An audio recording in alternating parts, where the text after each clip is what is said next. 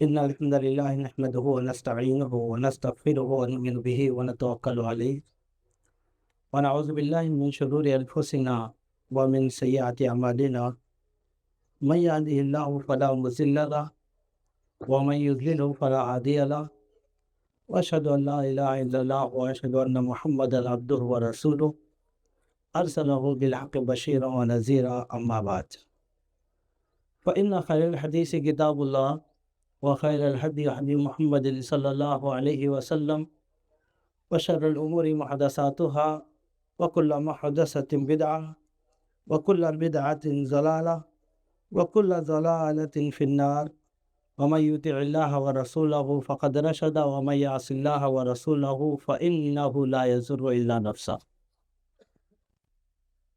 قال الله تبارك وتعالى اعوذ باللہ من الشیطان الرجیم بسم اللہ الرحمن الرحیم وَلِتُكْمِلُوا الْعِدَّةَ وَلَتُكَبِّرُوا اللَّهَ عَلَى مَا هَدَاكُمْ وَلَعَلَّكُمْ تَشْكُرُونَ۔ سب سے پہلے ہر طرح کی تعریف و توصیف، کبریائی اور بڑائی، ہر طرح کی حمد و ثنا لائق و زیبا ہے اللہ رب العزت کے لیے، جو بڑا رحیم و کریم، مہربان، سارے کائنات کا خالق و مالک اور پالنہار ہے۔ اس کے بعد بے شمار درود و سلام ہو ہمارے پیارے نبی احمد مصطفیٰ محمد مصطفیٰ صلی اللہ علیہ وسلم پر۔ محترم بزرگان دین، قابل احترام ماؤں اور بہنوں، آج عید کی مناسبت سے سب سے پہلے تو میں آپ کو مبارکباد پیش کرتا ہوں، اور مبارکباد دیتے ہوئے اللہ تبارک و تعالیٰ سے میں یہ دعا کرتا ہوں کہ اللہ تبارک و تعالیٰ ہم نے ماہ رمضان میں جو بھی عبادتیں کی ہے، چاہے وہ روزوں کی شکل ہو، نمازوں کی ادائیگی ہو، تراویح کی ادائیگی ہو، قیام اللیل کی ادائیگی ہو، یا جاگنے کی ادائیگی ہو، تلاوت کلام پاک ہو، یا اس کے علاوہ صدقہ و خیرات، انفاق فی سبیل اللہ، جو بھی عبادتیں ہم نے ٹوٹی پھوٹی کی ہیں، اللہ تبارک و تعالی ہماری ساری عبادتوں کو قبول فرمائے، آمین یا رب العالمین۔ سلف صالحین کی فکر لاحق ہوتی تھی کہ جب وہ رمضان کا مہینہ جب گزار لیتے اور جب عید کا دن ہوتا، تو آپ جب سلف صالحین کی تاریخ پڑھیں گے تو انہیں ایک فکر ہوتی تھی کہ جو کچھ بھی عبادتیں انہوں نے کی ہے، کیا اللہ تبارک و تعالیٰ اسے قبول کیا ہے یا نہیں کیا ہے۔ رمضان کا مہینہ جو مسلمان کے لیے مغفرت کا، معافی کا، جنت میں جانے کا ایک بڑا سبب بنتا ہے، کیا وہ چیزیں اللہ نے قبول کیا، اس کی مغفرت ہوئی، اس کی معافی ہوئی، اس کی فکر سلف صالحین کو لاحق ہوتی تھی۔ اسی لیے ہم دیکھتے ہیں کہ ان میں یہ بات ملتی ہے ہمیں، جب بھی ہم عید کے موقع پر ایک دوسرے سے ملاقات کرتے ہیں تو دعا دیتے ہیں، تقبل اللہ منا ومنکم صالح الاعمال۔ یہ طریقہ کار ہے ہمارا ایک دوسرے سے ملنے کا عید کے دن۔ اس کا مطلب کیا ہے؟ اس کا مطلب یہ ہے کہ اللہ تبارک و تعالیٰ جو ہم نے نیک اعمال کیے ہیں رمضان میں، اور جو آپ نے نیک اعمال کیے ہیں، دونوں کو اللہ تعالیٰ قبول فرمائے، یہ دعا دینا ہوتا ہے، تقبل اللہ منا ومنکم صالح الاعمال۔ تو یہ دعا کرتے تھے، تو ہمیں بھی چاہیے کہ ہم جس سے بھی ملاقات کریں تو اس دعا سے اپنے نیکیوں کو اللہ کے پاس قبول کروانے کے لیے خود بھی دعا کریں، لوگوں کو بھی دعا دیں۔ محترم حضرات، ابھی میں نے جو آیت تلاوت کی ہے وہ سورہ بقرہ سے تعلق رکھتی ہے۔ اس کے تناظر میں میں انشاءاللہ آپ کے سامنے 2 یا 3 باتیں رکھوں گا، وقت کا لحاظ کرتے ہوئے۔ اللہ سے دعا ہے اللہ تبارک و تعالیٰ آج کی اس نصیحت کو ہمیں سننے اور اس پر عمل کرنے کی اللہ تبارک و تعالیٰ ہمیں توفیق عطا فرمائے، آمین یا رب العالمین۔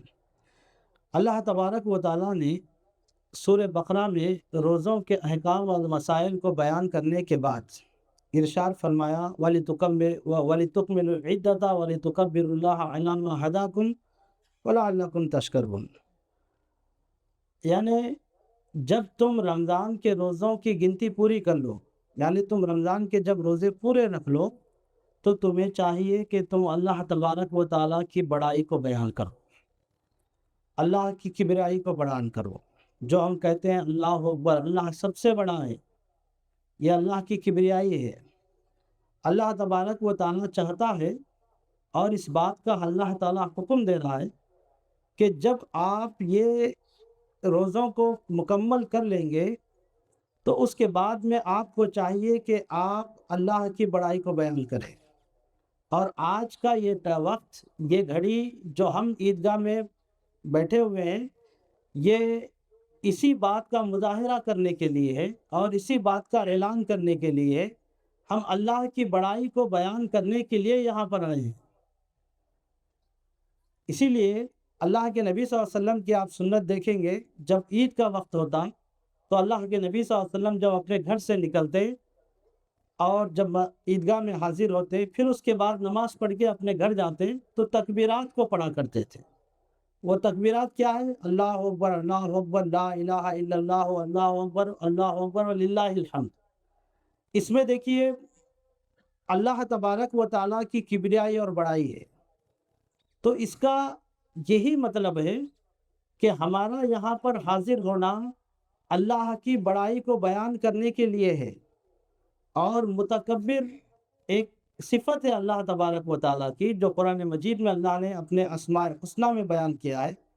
المتکبر، کبریائی والی ذات، بڑائی والی ذات صرف اللہ تبارک و تعالیٰ کی ہے۔ تو دنیا میں ایسا کوئی بھی شخص نہیں ہے جو اللہ تبارک و تعالیٰ کی کبریائی کو نہ بیان کرے، بلکہ اسے چاہیے کہ وہ اپنا سارا کا سارا عمل جو بھی اس نے کیا ہے اللہ کی کبریائی کو بیان کرتے ہوئے، اللہ کی بڑائی کو بیان کرتے ہوئے، جو شکرانے میں ہم عید کی نماز ادا کرتے ہیں، جو جتنی عبادتیں ہم نے کی ہیں وہ شکرانہ حاصل کرے اور وہ نعمتوں کو حاصل کرے اللہ کی کبریائی کو بیان کرتے ہوئے۔ تو آج کا دن اس کبریائی کو بیان کرنے کا دن ہے۔ اور ساتھ ہی ساتھ میں آپ دیکھیں گے قیامت کے دن اللہ تبارک و تعالیٰ جب حشر کا میدان ہوگا تو اللہ تبارک و تعالیٰ، حدیث میں آتا ہے، اللہ کے نبی صلی اللہ علیہ وسلم نے فرمایا کہ اللہ تبارک و تعالیٰ سارے ساتوں آسمانوں کو اور زمینوں کو اپنے ہاتھ میں سمیٹ لے گا۔ حدیث میں آتا ہے داہنے ہاتھ میں اللہ تبارک و تعالیٰ سمیٹے گا اور فرمائے گا این الجبارون، این المتکبرون، این ملوک الارض۔ اللہ تعالیٰ پوچھے گا کہ وہ جو دنیا میں ظلم و جبر کرتے تھے کہاں پر گئے؟ آج جو دنیا میں تکبر کرتے تھے کہاں گئے؟ زمین کے جو بادشاہ تھے وہ سارے کے سارے کہاں گئے؟ اللہ تعالیٰ حشر کے میدان میں سوال کرے گا۔ اللہ کہے گا انا الملک، میں بادشاہ ہوں۔ اللہ تعالیٰ پوچھے گا کہ این الملک اليوم، آج کا بادشاہ کون ہے؟ پورا محشر میں سناٹا چھائے جائے، کوئی جواب نہیں دے گا، وحشت جاری ہوگی پورے۔ اللہ تعالیٰ کہے گا للہ الواحد القہار، یہ کبریائی، یہ بڑائی، یہ تکبر، یہ سارا کا سارا صرف اللہ واحد قہار کے لیے، اللہ وحدہ لا شریک کے لیے ہے۔ اسی لیے ہم جو عید کا دن جو گزارتے ہیں اللہ کی تکبیرات کو اسی لیے بلند کرتے ہیں، اس بات کو ثابت کرنے کے لیے کہ اللہ ہی بڑا ہے اور اللہ کے سوا کوئی ذات بڑی نہیں ہو سکتی ہے۔ اللہ کے نبی صلی اللہ علیہ وسلم نے کہا، ایک حدیث کے اندر ارشاد فرمایا کہ اللہ تبارک و تعالیٰ کی بڑائی بیان کرنے کے لیے تواضع ہونا چاہیے انسان کے اندر، اور تواضع کا تقاضا یہ ہے کہ تم ایک دوسرے پر ظلم نہ کرو، تم ایک دوسرے پر ظلم مت کرو اور ایک دوسرے کے ساتھ رحم کا معاملہ کرو۔ یہ اللہ کے نبی صلی اللہ علیہ وسلم کا فرمان ہے۔ اور تواضع پیدا کرنے کے لیے جو کبریائی کو بیان کیا جا رہا ہے، اللہ کی جو تکبیرات ہم بلند کر رہے ہیں، اس کا ایک تقاضا یہ بھی ہے کہ ہم اپنے اندر جب تواضع کو پیدا کریں گے، یہ تواضع اس وقت پیدا ہوتی ہے جب آدمی کے اندر نرمی پیدا ہوتی ہے، جب اس کا دل نرم ہوتا ہے، وہ رحم دل ہوتا ہے، اس کے اندر معاف کرنے کی صلاحیت پیدا ہوتی ہے، اس کی صفت پیدا ہوتی ہے، اس وقت آدمی کے اندر یہ چیزیں پیدا ہوتی ہے۔ تو ایک تو بات یہ ہوئی کہ آج کا ہمارا یہاں جمع ہونا یوں ہی نہیں ہے، ہم یہاں پر آ رہے ہیں، یہاں بیٹھ رہے ہیں، کچھ انعامات حاصل کر رہے ہیں، ساتھ ہی ساتھ میں سب سے اہم چیز ہم اللہ تبارک و تعالیٰ کی کبریائی اور بڑائی کو بیان کرنے کے لیے جمع ہیں، اور اسی چیز کو اللہ تبارک و تعالیٰ نے اللہ کے نبی صلی اللہ علیہ وسلم نے ہمیں بتایا ہے۔ اور دوسری جو سب سے اہم بات ہے وہ آج کل ہمارے معاشرے میں مفقود ہو چکی ہے، گم ہو گئی ہے۔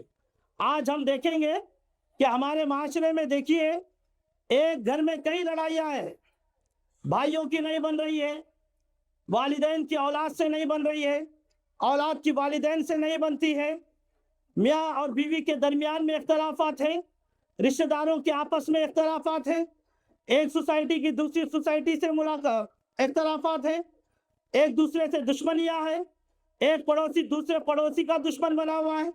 یہ ساری چیزوں میں جب تک کہ نرمی پیدا نہیں ہوتی ہے، تواضع پیدا نہیں ہوتا ہے، یہ اختلافات ایسے ہی باقی رہیں گے۔ اللہ تبارک و تعالیٰ نے، ہم سب جانتے ہیں، حدیث میں اللہ کے نبی صلی اللہ علیہ وسلم نے بتایا کہ من صام رمضان ایمانا واحتسابا غفر له ما تقدم من ذنبه۔ رمضان کے روزے اس لیے رکھے جا رہے ہیں تاکہ اس کے ذریعے سے ہمارے پچھلے گناہ معاف کر دیے جائے۔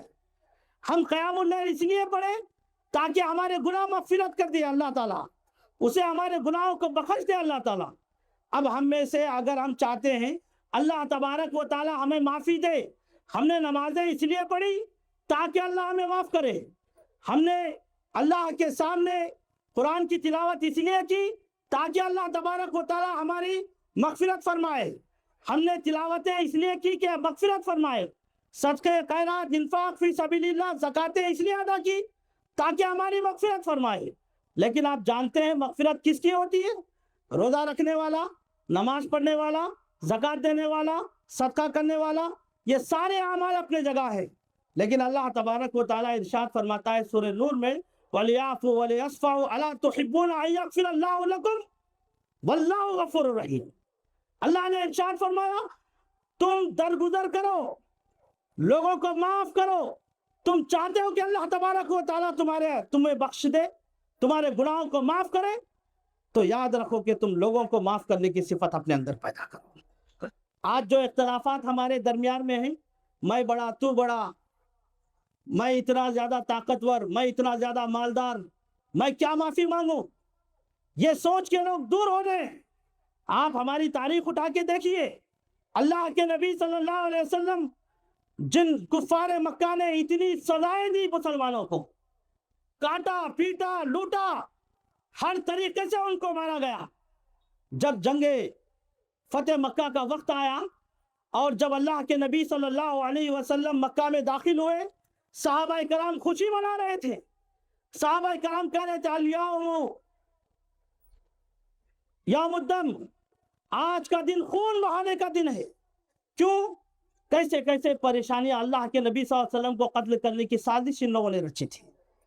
حضرت حمزہ کا قتل ان لوگوں نے کیا تھا، وہ ہندہ بھی موجود تھی جس نے اللہ کے نبی سے حضرت حمزہ کے سینے کو چاک کر کے اس کا کلیجہ نکال کے چبایا تھا، پوری دنیا کو اس نے دکھایا تھا اس وقت۔ اور جو قتل کیا تھا وہ بھی موجود، حضرت ابو سفیان اس وقت مسلمان نہیں تھے، وہ بھی موجود۔ اللہ کے نبی صلی اللہ علیہ وسلم نے پوچھا بتاؤ کیا معاملہ کیا جائے، وہ جانتے تھے اللہ کے نبی صلی اللہ علیہ وسلم رحم دل ہے، معاف کرنے والے ہیں، وہی امید لگا کے بیٹھے ہوئے تھے، لیکن صحابہ کے تیور سے ڈرے ہوئے بھی تھے۔ جانتے ہو اللہ کے نبی صلی اللہ علیہ وسلم نے کیا کہا؟ لا تثریب علیکم اليوم، آج کے دن تم پر کوئی پکڑ دھکڑ نہیں ہے، جاؤ تم سب کے سب آزاد ہو۔ سب کو اللہ کے نبی صلی اللہ علیہ وسلم نے کہا یہ ابو سفیان کا گھر ہے، اس گھر میں جو داخل ہو کے نکل جائے گا وہ معافی کا طلبگار ہے، اس کو معافی دے دی گئی ہے، سب پریشان ہو گئے۔ یہ اللہ کے نبی صلی اللہ علیہ وسلم کے اخلاق تھے۔ اللہ تبارک و تعالیٰ نے قرآن مجید میں کہا وَلَوْ كُنْتَ فَظًّا غَلِيظَ الْقَلْبِ لَانفَضُّوا مِنْ حَوْلِكَ۔ اللہ تعالیٰ نے اللہ کے نبی صلی اللہ علیہ وسلم کا اسوہ حسنہ بیان کیا، کہا کہ اللہ تبارک و تعالیٰ کی رحمت سے آپ بڑے نرم دل ہیں، آپ کی زبان بڑی نرم ہے، آپ کے اخلاق بڑے نرم ہے۔ اگر آپ سخت دل ہوتے تو یہ جتنے لوگ آپ کے پاس بیٹھے ہوئے سارے اٹھ کے بھاگ جاتے۔ آج ہماری زبان دیکھیے، ہمارا عمل دیکھیے، کوئی بیچارہ بازو سے اگر دھکا لگ گیا تو اس کو کیا، اس کے ماں، اس کے بہن، ہر چیز کو ہم بولنے میں گریز نہیں کرتے۔ کیسے معاملات ہیں ہمارے، دیکھیے کیسے معاملات ہیں۔ حضرت بلال رضی اللہ تعالیٰ عنہ چہرے سے کالے، جسم سے کالے تھے وہ۔ حضرت ابو ذر غفاری رضی اللہ تعالیٰ عنہ، ایک بار ان سے کوئی مسئلہ ہوا، انہوں نے کہا یا ابن السودا، کہا ہے کالی ماں کے بیٹے، کالے بیٹے، یہ جملہ انہوں نے حضرت بلال رضی اللہ تعالیٰ عنہ سے کہا۔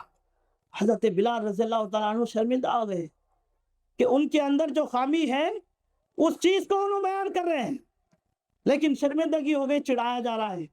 فوراً گئے اللہ کے نبی صلی اللہ علیہ وسلم کے پاس اور جا کر کہا اللہ کے نبی صلی اللہ علیہ وسلم، حضرت ابو ذر نے مجھے ایسا ایسا کہا ہے۔ اللہ کے نبی صلی اللہ علیہ وسلم حضرت ابو ذر فالی کو بلائے اور بلا کر کہا کہ کیا تم اسے اس کی ماں کی آڑ دلا رہے ہو، اس کے کالے پن ہونے کی اس کو آڑ دلا رہے ہو تم؟ انت امرؤ فیہ جاہلیہ، تم نے تو جاہلیت والا کام کیا ہے۔ مسلمان ہو گئے، نبی تمہارے درمیان موجود ہے، قرآن نازل ہو رہا ہے، آج بھی تمہارے اندر جہالت ہے، تم اس کو چڑھا رہے ہو۔ فوراً ابو ذر غفاری کو اپنی غلطی کا احساس ہوا، کہیں دوڑتے دوڑتے حضرت بلال رضی اللہ عنہ بازار میں ملے، پکڑ لیا اور کہا بلال رکو 2 منٹ، اپنے چہرے کو زمین پر رکھ دیا، یہ جو رخسار تھا اس کو زمین پر رکھ دیا اور ان کے پیر کو اٹھا کے اپنے دوسرے رخسار پر رکھا، کہا گھسڑ دو میرے کو ڈال کر، یہ میری معافی ہے آج کی، اللہ کے نبی صلی اللہ علیہ وسلم نے مجھ کو کہا ہے۔ کیسے صحابہ کرام تھے ہمارے، ایک جملہ ایسا کہہ دیا اور اس کی یہ معافی، یہ سزا۔ اور آج ہم یہ تصور کرتے ہیں کہ کوئی آدمی بڑا ہے، کوئی چھوٹا ہے، آپ آئینے کے سامنے کھڑے کہ اپنی جسامت کو دیکھ رہے ہیں، تکبر ہو رہا ہے انسان کو اپنے دولت پر، اپنی اولاد پر، اپنے پیسوں پر، اپنے گاڑی پر، اپنے جسم کی طاقت پر۔ یہ ساری کی ساری چیزیں اس وقت کام آئے گی جب ہمارے اندر صفت پیدا ہو جائے گی معاف کرنے کی۔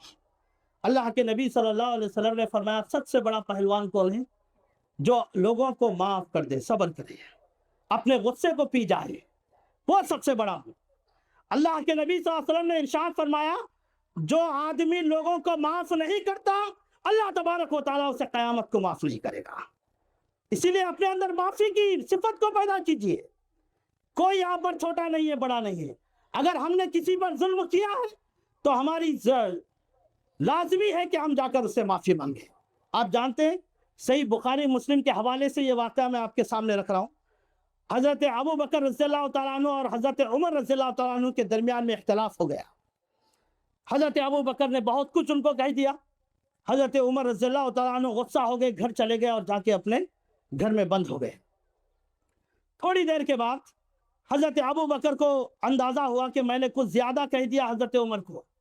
فوراً گئے حضرت عمر رضی اللہ تعالیٰ عنہ کے گھر پہ اور جا کر دروازہ کھٹکھٹایا، کھولے دروازہ، دیکھا تو سامنے حضرت ابو بکر رضی اللہ تعالیٰ عنہ کھڑے۔ کہا عمر میں معافی مانگتا ہوں، میں معافی مانگتا ہوں۔ لیکن حضرت عمر رضی اللہ تعالیٰ عنہ کوئی جواب نہیں دیا، دروازہ منہ پہ بند کر دیا۔ یہ بات حضرت ابو بکر کو پسند نہیں آئی، جبکہ عمر میں وہ 8-10 سال بڑے ہیں کس سے؟ حضرت عمر رضی اللہ تعالیٰ عنہ سے۔ فوراً گئے اللہ کے نبی صلی اللہ علیہ وسلم کے پاس بیٹھے اور بیٹھ کر کہنے لگے اللہ کے نبی صلی اللہ علیہ وسلم میرے سے غلطی ہوئی، میں نے کہا اور حضرت عمر سے میں نے معافی مانگی، منہ پہ دروازہ انہوں نے میرے بند کر دیا ہے۔ اللہ کے نبی صلی اللہ علیہ وسلم بیٹھے، حضرت ابو بکر سے کہا ابو بکر تجھے اللہ معاف کرے، ابو بکر تجھے اللہ معاف کرے۔ یہ بات اڑتے ہوئے جا کر پہنچ گئے حضرت عمر کے پاس۔ اللہ کے نبی صلی اللہ علیہ وسلم نے حضرت عمر کو بلایا، بٹھایا، تنبیہ کی۔ اس کے بعد میں حضرت ابو بکر تو چلے گئے تھے کہیں کر، اب انہیں احساس ہوا کہ میں نے غلطی کو مانگنے کے بعد، معافی مانگنے کے بعد میں نے ان کو معاف نہیں کیا، یہ میری غلطی ہے۔ اب یہ فوراً بھاگے حضرت ابوبکر رضی اللہ تعالیٰ عنہ کے گھر پہ۔ دیکھیے کیسے کیسے واقعات ہیں ہمارے صحابہ کرام کی، ہماری زندگی میں یہ ایک اسوہ ہے۔ ہماری زندگی میں آج جو ہم اختلافات میں بیٹھے ہوئے ہیں، گھروں میں اختلافات، میاں بیوی میں اختلافات، بھائیوں میں اختلافات، ماں باپ میں اختلافات، پڑوسیوں میں اختلافات، یہ ساری چیزوں کو ایک صفت سے آپ ختم کر سکتے ہیں، معاف کر کے دیکھیے۔ معاف کر کے دیکھیے آپ۔ حضرت عمر حضرت ابوبکر کے پاس گئے اور جا کر کہا کہ ابوبکر سے کہا کہ میں معافی مانگتا ہوں، مجھے احساس ہو گیا آپ معافی مانگنے آئے تھے، میں نے معاف نہیں کیا، یہ میری غلطی ہے، اس کے لیے میں تم سے معافی مانگتا ہوں۔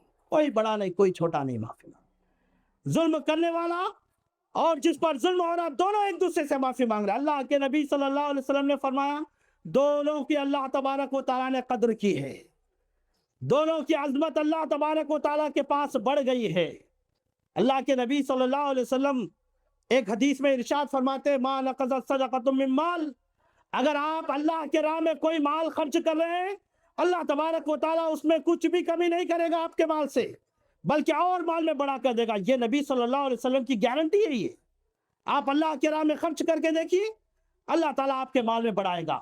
آگے اللہ کے نبی صلی اللہ علیہ وسلم نے ارشاد فرمایا وَمَا زَادَ اللَّهُ عَبْدًا بِعَفْوٍ إِلَّا عِزًّا، اگر آپ معافی مانگیں گے تو اللہ تعالیٰ اس کی وجہ سے آپ کی عزت کو بڑھائے گا۔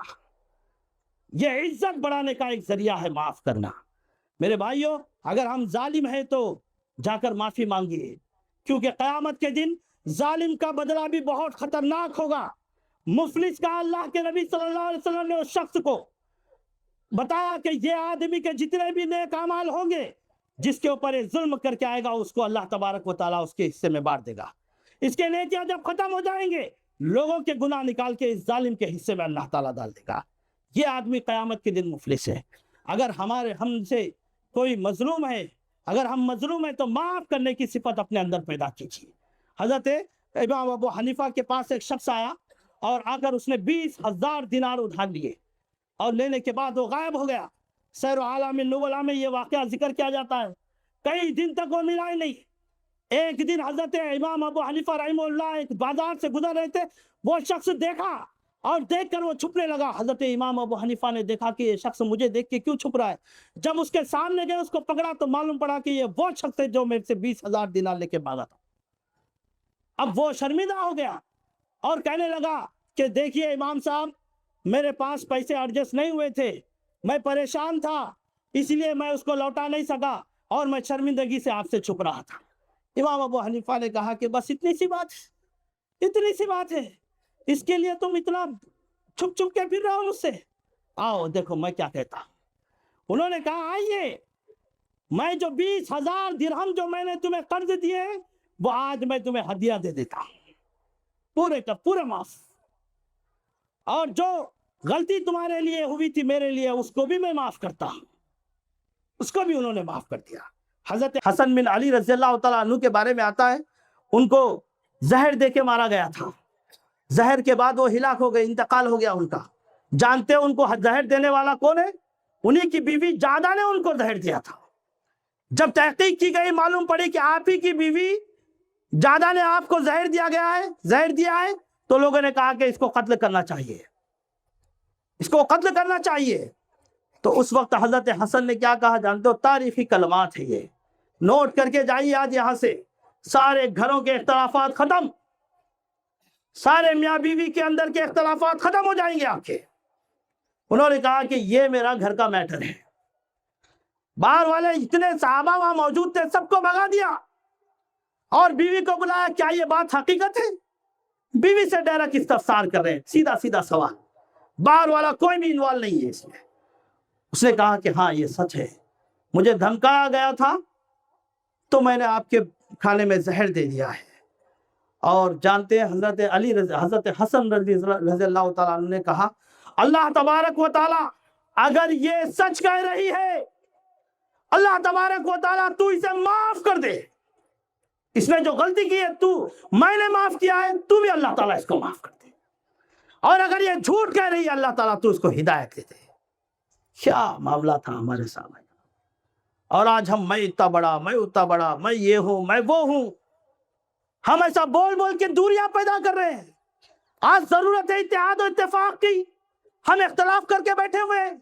دنیا کے حالات دیکھیے کہاں جا رہے ہیں، ہم ایک دوسرے کو معاف نہیں کر سکتے اور سوچ رہے ہیں کہ اللہ تعالیٰ ہم کو معاف کر دے گا۔ کیسی ہماری رنگریتی بنی ہوئی ہے، زندگی کیسے جا رہی ہے ہماری۔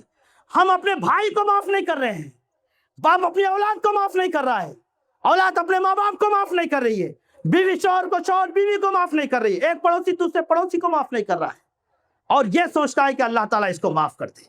یہ ساری نمازیں، یہ روزے، یہ زکوٰۃ، یہ صدقے، یہ خیرات، یہ انفاق فی سبیل اللہ، یہ قیام اللیل، یہ آنسو بہانا، یہ ساری کی ساری اس وقت کام آئیں گی جب آپ اپنے اندر یہ صفت پیدا کریں گے لوگوں کو معاف کرنے کی۔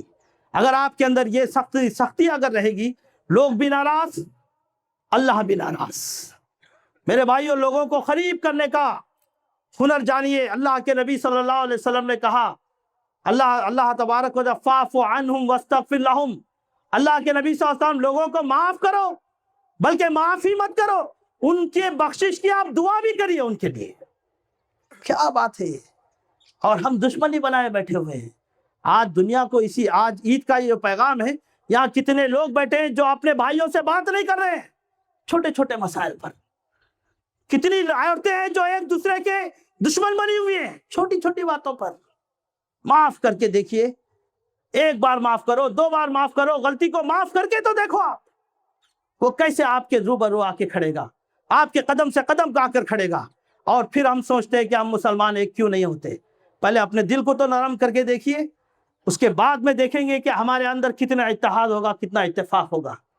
رزلٹ تو، نتیجہ تو بعد میں آئے گا۔ اللہ کے نبی صلی اللہ علیہ وسلم کو وہی بات اللہ تبارک و تعالی نے بتائی، وَلَوْ كُنْتَ فَظًّا غَلِيظَ الْقَلْبِ لَانفَضُّوا مِنْ حَوْلِكَ۔ اگر آپ کے اندر تش روی ہوتی، سخت زبان ہوتے، سخت اخلاق اللہ کے نبی صلی اللہ علیہ وسلم کے ہوتے، تو اللہ کے نبی صلی اللہ علیہ وسلم آپ کے پاس لوگ آتے ہی نہیں، سب بھاگ جاتے دور دور۔ ہمارے نوجوانوں میں خاص طور سے اس کی کمی ہے، جو بات بات پہ کیا اپنے جوانی پہ، اپنی طاقت پہ ناز کرتے ہیں، تکبر کرتے ہیں۔ میں یہی بات سے اپنی بات کو شروع کیا تھا کہ کبریائی، تکبر، بڑائی صرف اللہ تبارک و تعالیٰ کے لیے سزاوار ہے، ہمارے لیے نہیں ہے۔ ہم تو ایک عاجز بندے ہیں، نہ ہمیں اپنے جسم پہ تکبر ہے، نہ اپنے مال پہ تکبر ہونا چاہیے، نہ اپنی اولاد پہ، نہ زمین پہ، جائیداد پہ، کاروں پہ، بنگلے پہ، کسی پہ بھی ہمیں کوئی تکبر نہیں ہونا چاہیے۔ اللہ کے نبی صلی اللہ علیہ وسلم کی حدیث ہے میرے بھائیوں، اللہ کے نبی صلی اللہ علیہ وسلم نے ارشاد فرمایا، جس کے دل میں رائی کے برابر بھی تکبر ہوگا لا يدخل الجنہ، وہ کبھی جنت میں داخل نہیں ہوگا۔ اپنے دلوں کو صاف کر کے اٹھیے یہاں سے، خوشی کا موقع ہے، خوشی کو بانٹیے، انعام لینے کا وقت ہے۔ اپنے دلوں میں بغض رکھ کے، حسد رکھ کے، دشمنیاں رکھ کے یہاں سے مت جائیے۔ یہ جو اللہ تبارک و تعالیٰ کا جو پیغام ہے، اسلام کا جو پیغام ہے، عید کا جو پیغام ہے، اپنے دلوں کو نرم کر کے اٹھیے۔ انشاءاللہ بولیے، انشاءاللہ معاف کریں گے، انشاءاللہ اللہ تعالیٰ بھی ہمیں معاف کرے گا۔ یہ آج ہمارے اندر یہ ہم تہیہ کر کے آج یہاں سے اٹھیں گے۔ اور آخری بات جو میں کہنا چاہتا ہوں وہ ہماری ماؤں بہنوں کے لیے ہے۔ اللہ کے نبی، پہلے اپنے اندر دین کو پیدا کریے، چاہے مرد ہو چاہے عورتیں ہو۔ ہمارے لیے سب سے اہم چیز ہے ہمارا دین۔ دین کی حفاظت جب تک نہیں ہو سکتی ہے جب تک کہ آپ اس کو پڑھیں گے نہیں، اس کو سمجھیں گے نہیں، اس پر عمل نہیں کریں گے، جب تک وہ دین کی حفاظت نہیں ہو سکتی ہے۔ اور ہم سوچ رہے ہیں کہ کہیں قرآن جلائی جا رہی ہے تو ہم ٹینشن میں آ رہے ہیں، کہیں مسلمانوں کو مارا جا رہا ہے تو ہم ٹینشن میں آ رہے ہیں، کہیں عبادت گھریں توڑی جا رہے ہیں تو ہم ٹینشن میں آ رہے ہیں۔ لیکن آپ دیکھیں کہ ہمارے پاس کتنا دین بچا ہوا ہے، ہم کتنے دین کے پاسدار بنے ہوئے ہیں، ہمارے پاس دینداری نہیں ہے۔ آج یہی وجہ ہے، مخلوط تعلیم کے نام پہ اپنے بچوں کو بھیج رہے، کیا ہو رہا نہیں معلوم، کیا کر رہے نہیں معلوم۔ نتیجہ یہ آ رہا ہے کہ وہ لڑکی کسی کے ساتھ بھاگ رہی ہے، لڑکا کل کسی کو لا کے گھر میں بٹھا لے رہا ہے۔ ابھی میں کل رات کی بات کہہ رہا ہوں، 11 بجے میں نے دیکھا ایک غیر عورت غیر محرم کے ساتھ بیٹھ کے مہندی دلا رہی ہے، اس کے ہاتھ میں اپنا ہاتھ دے کر بیٹھی ہوئی ہے۔ اللہ تعالیٰ نے قرآن مجید میں ارشاد فرمایا وَلَا يُبْدِينَ زِينَتَهُنَّ إِلَّا لِبُعُولَتِهُنَّ، اپنی زینت کو آپ کسی کے سامنے ظاہر مت کرو سوائے شوہروں کے، اور آپ اپنا ہاتھ ہی ہاتھ دے کے بیٹھی ہوئی ہو۔ افسوس کا مقام۔ حضرت معقل بن یسار رضی اللہ تعالیٰ عنہ کی روایت ہے، فرماتے ہیں اللہ کے نبی صلی اللہ علیہ وسلم نے ارشاد فرمایا، ایک لوہے کا کیل جو ہوتا ہے اس کو لے کے کسی عورت کے سر پہ مار دو، بہتر ہے اس بات سے کہ وہ اپنے ہاتھ کسی غیر محرم کے ساتھ اس کا جسم چھو جائے، اور آپ جا کے اپنے ہاتھوں کو دے کے بیٹھی ہوئی ہے، مہندی کا بہانہ ہے۔ یہ کیا چیز ہے؟ یہ وہی چیز ہے، دین سے دوری، نہیں معلوم ہے دین، کس کے ساتھ ملنا ہے، کس سے بات کرنا ہے۔ امہات المومنین کو پڑھا ہے ہم نے؟ نہیں پڑھا ہے۔ حضرت عائشہ کو جانا ہم نے؟ نہیں جانا۔ آج ایسے ماحول ہمارے گھروں میں بیٹھا ہوا ہے۔ بے شک آپ ڈاکٹر بنائیے، انجینئر بنائیے، اچھے سے اچھی تعلیم دیجیے، لیکن پہلے اس کو دیندار بنائیے۔ یہ ساری چیزیں دینداری کے ساتھ اچھی ہوتی ہے، ورنہ دینداری نہیں ہوگی تو یہ ساری چیزیں برباد ہیں۔ تو میرے بھائیوں، ہمیں ضرورت اس بات کی ہے کہ ہم ان چیزوں پر بہت زیادہ غور و فکر کریں، اور جتنی بھی باتیں آج ہمارے یہاں پر کہی گئی ہے وہ ساری باتوں کو ہم پر عمل کرنا ہمارے لیے لازمی ہے۔ اور آخری چیز یہ ہے کہ اللہ کے نبی صلی اللہ علیہ وسلم جب خطبہ دیتے، اور خاص طور میں جب عورتوں کے پاس گئے، تو اللہ کے نبی صلی اللہ علیہ وسلم نے ارشاد فرمایا، تصدقوا یا معاشر النساء، اے عورتوں کی جماعت تم لوگ زیادہ صدقہ کرو، اگر زیورات ہی کیوں نہ ہو نکال کے ڈال دو صدقے میں۔ اللہ کے نبی صلی اللہ علیہ وسلم فرما رہے ہیں، اور اس کی وجہ بھی یہ بتائی، اللہ کے نبی صلی اللہ علیہ وسلم زیادہ کثرت سے لعنت کرتی ہے لوگوں پر، ایک دوسرے پر لعنت کرنا، عورتوں میں زیادہ یہ بیماری پائی جاتی ہے، شوہروں کی ناشکری زیادہ پائی جاتی ہے، اس کی وجہ سے سب سے زیادہ جہنم میں تم کو رکھا جائے گا۔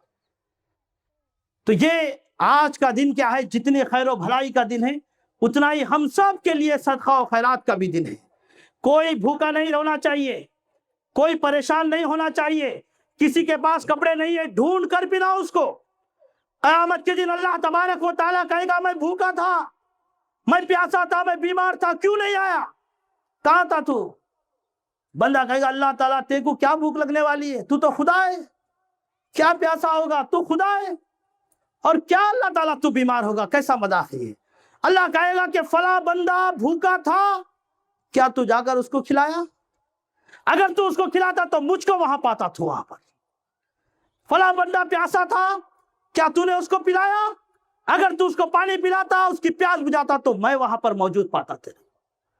اور اگر تو کسی بیمار کی عیادت کرتا تو مجھ کو وہاں پر تو پا لیتا۔ آج دیکھیے ہمارے بازو والے کا انتقال ہو جاتا، ہمیں پتہ بھی نہیں چلتا ہے، ٹینٹ آ کے گر گیا، لوگ جمع ہو رہے، بازو سے نکل کے پوچھ رہا ہے پڑوسی سے، کیا ہوا بھائی؟ انتقال ہو گیا، کب سے؟ بہت دنوں سے بیمار تھے، صاحب کو معلوم ہی نہیں۔ یہ ہمارا ماحول بنا ہوا ہے، کتنے دور ہو گئے دیکھیے ہم، نہ پڑوسی کا حق ہے، نہ ماں باپ کا ہے، نہ اولاد کا ہے، نہ بیوی کا ہے، نہ بچوں کا ہے، نہ پڑوسیوں کا ہے۔ یہ ساری چیزوں کی آج ضرورت ہے ہمارے اندر۔ محترم حضرات، یہ عیدگاہ کیا ہے؟ ہمارے لیے جمع ہونے کی ایک بہت بہترین اللہ تبارک و تعالیٰ نے نعمت سے سرفراز کیا ہے۔ اللہ تبارک و تعالیٰ سے دعا ہے کہ اسے قائم رکھے اور دائم رکھے، لیکن اس میں ہمارے لیے بہت اخراجات ہے، اور اس کے اندر تقریباً 20 لاکھ روپیوں کی ابھی ہمیں ضرورت ہے۔ جو یہ باؤنڈری وال دیکھ رہے ہیں روڈ سے برابر ہو گئی ہے، اس کو اٹھانا ہے، پیچھے کی دیوار بنانا ہے، ایک وضو خانہ یہاں پر بنانا ہے، ٹینک بنانا ہے، گیٹوں کو برابر کرنا ہے، یہ ساری چیزوں کے لیے مال درکار ہے۔ آپ جیسے اہل خیر حضرات اگر آگے بڑھیں گے، اور آ کر جو صدر صاحب ہے ان سے ملاقات کیجیے، جناب محمد اسماعیل صاحب سے، اور اس دن زیادہ سے زیادہ کوشش کیجیے کہ آپ جو ہو سکتا ہے آپ صدقہ و خیرات کرتے ہوئے جائیے۔ جو صدقہ آپ دیں گے یہ انشاءاللہ ہمارے لیے ثواب جاریہ بنے گا انشاءاللہ۔ یہ اللہ کے راہ میں جو آپ خرچ کریں گے اللہ تعالیٰ اس سے بڑھا کر دے گا۔ میں نے حدیث میں بتایا ہمارے دینے سے ہمارے مال میں کوئی کمی نہیں ہوتی، اس کی گارنٹی اللہ کے نبی صلی اللہ علیہ وسلم نے دیا ہے۔ تو اپنے دلوں سے ڈر اور خوف نکال دیجئے۔ جو لوگ آپ کے سامنے کہہ رہے ہیں عیدگاہ کے لیے، ان سے آپ جو بھی ہو سکتا ہے آپ اس کا تعاون کرتے ہوئے جائیے۔ آخر میں اللہ تبارک و تعالیٰ سے دعا ہے، اللہ تبارک و تعالیٰ ہم تمام مسلمانوں کو جو بھی ہم نے آج کہا ہے اور سنا ہے، اللہ تبارک و تعالیٰ ہمیں اس پر عمل کرنے کی توفیق عطا فرمائے۔ اللہ تبارک و تعالیٰ آج کے ہمارے اس آنے کو اللہ تعالیٰ تو قبول فرما۔ اللہ تبارک و تعالیٰ ہم تمام مسلمان جو جمع ہوئے ہیں، جو اتحاد و اتفاق کی جو ہم نے نشانی پیش کی، اللہ تعالیٰ ہمارے دلوں کو ایسے صاف فرما دے۔ اللہ تعالیٰ مل جل کر ہمیں زندگی گزارنے کی توفیق عطا فرما۔ اللہ تبارک و تعالیٰ جو بھی ٹوٹی پھوٹی عبادتیں ہم نے کی، اللہ تعالیٰ تو اسے قبول فرما۔ ہماری نمازوں کو قبول فرما، ہماری تلاوتوں کو قبول فرما، ہمارے قیام اللیل کو قبول فرما، ہمارے صدقہ و خیرات کو قبول فرما۔ اللہ تبارک و تعالیٰ ہماری بخشش فرما۔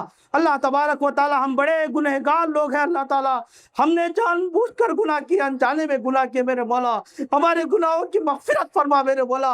آج تیری مغفرت کا دن ہے میرے مولا، آج تیری جنت کا جو معاملہ ہے اللہ تعالیٰ اسے تو بانٹ رہا ہے میرے مولا، وہ ہمارے حصے میں عطا فرما میرے مولا۔ جو ہم نے گناہ کیے جان بوجھ کر، اللہ تعالیٰ ہمیں ہمارے گناہوں کی مغفرت فرما دے۔ اللہ تعالیٰ جو بھی ہم نے عبادتیں کی ہے مغفرت کے لیے کی ہے، معافی کے لیے کی، ہم معافی مانگ رہے ہیں میرے مولا، اور معافی جیسی صفت ہمارے اندر پیدا فرما۔ ہم نے جو بھی گناہ کیے اس کو تم معاف فرما، ہمیں شرک سے بچ کے زندگی گزارنے کی توفیق عطا فرما۔ اللہ تعالیٰ ہمیں توحید کے ساتھ زندگی گزارنے کی توفیق عطا فرما۔ آج مسلمان جس حالت میں ہے، جہاں پر بھی ہے، عالم اسلام جو پریشان ہے میرے مولا، ان سارے مسلمانوں کی تو حفاظت فرما۔ اللہ تبارک و تعالیٰ جتنے بھی مسلمانوں کو مارا جا رہا ہے، کاٹا جا رہا ہے، ان کی تو حفاظت فرما میرے مولا۔ اللہ تبارک و تعالیٰ جو ہماری عبادت گاہیں ہیں، آج ان پر نگاہیں ڈالی جا رہی ہیں، ناپاک نگاہیں ڈالی جا رہی ہیں، اللہ تعالیٰ اس کی تو حفاظت فرما۔ اللہ تبارک و تعالیٰ جو ہمارے بھائی بہن بیمار ہیں، جو ہمارے بزرگ بیمار ہیں، اللہ تعالیٰ ان کی تو شفا یابی عطا فرما۔ جو قرض میں ان کے قرضوں کو معاف کر دے، اللہ تعالیٰ ان کو ادائیگی کی توفیق عطا فرما۔ اللہ تبارک و تعالیٰ جو پچھلے سال یہاں موجود تھے لیکن آج ہمارے درمیان موجود نہیں ہے، چاہے وہ ہمارے چھوٹے ہو، بڑے ہو، مرد ہو، عورت ہو، جو بھی ہو، اللہ تبارک و تعالیٰ تو ان کی مغفرت فرما، ان کے گھر والوں کو صبر عطا فرما۔ اللہ تبارک و تعالیٰ جو بچے بیمار ہیں، جو پریشان حال ہیں، جو ماں باپ پریشان حال ہیں، انہیں صبر عطا فرما، ان کی شفا یابی عطا فرما۔ اللہ تبارک و تعالیٰ سب سے اہم چیز، ہمیں دنیا میں توحید کے ساتھ زندگی گزارنے اور توحید کے ساتھ مرنے کی ہمیں توفیق عطا فرما۔ ایمان کے ساتھ زندگی گزارنے، ایمان کے ساتھ مرنے کی ہمیں زندگی عطا فرما۔ اللہ تبارک و تعالیٰ جو بھی ہم نے عبادتیں کی ہے اسے قبول فرما، آج کے ہمارے آنے کو اللہ تعالیٰ تو قبول فرما۔ وآخر دعوانا الحمدللہ رب العالمین۔